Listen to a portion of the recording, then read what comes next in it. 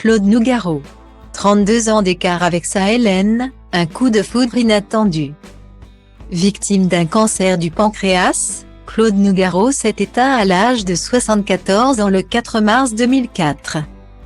Soit il y a 19 ans jour pour jour. Laissant alors derrière lui sa femme Hélène. Une kinésithérapeute qu'il avait rencontrée en mars 1984 à La Réunion. Le coup de foudre fut immédiat entre eux.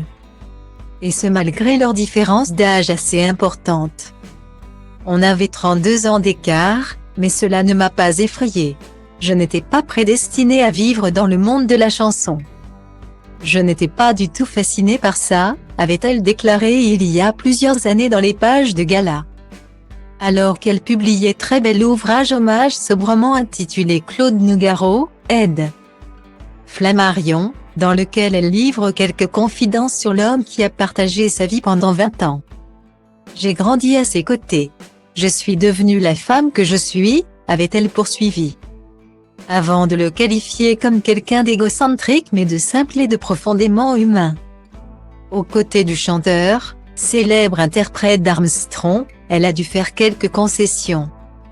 Notamment celle de fonder une famille avec lui, puisqu'il était déjà père de 4 enfants, Cécile et Fanny, nées en 1962 et 1969. De son union avec Sylvie, Théa, fruit de son amour avec l'Arménienne Odette en 1971, et Pablo, né de sa relation avec la Brésilienne Marcia en 1977. On ne peut pas dire que ce soit un sacrifice.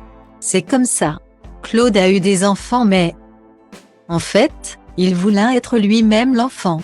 Et j'ai accepté ça. Il aimait bien l'idée du couple. L'idée d'une exclusivité, avait-elle expliqué lors de cette interview accordée à nos confrères.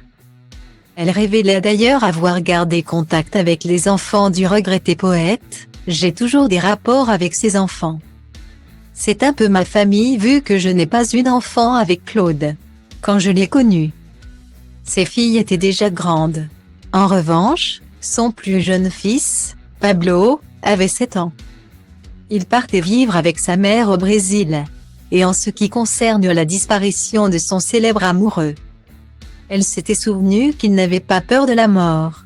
De touchantes confidences de la part de celle qui l'aurait accompagné chaleureusement et amoureusement jusqu'à son dernier souffle.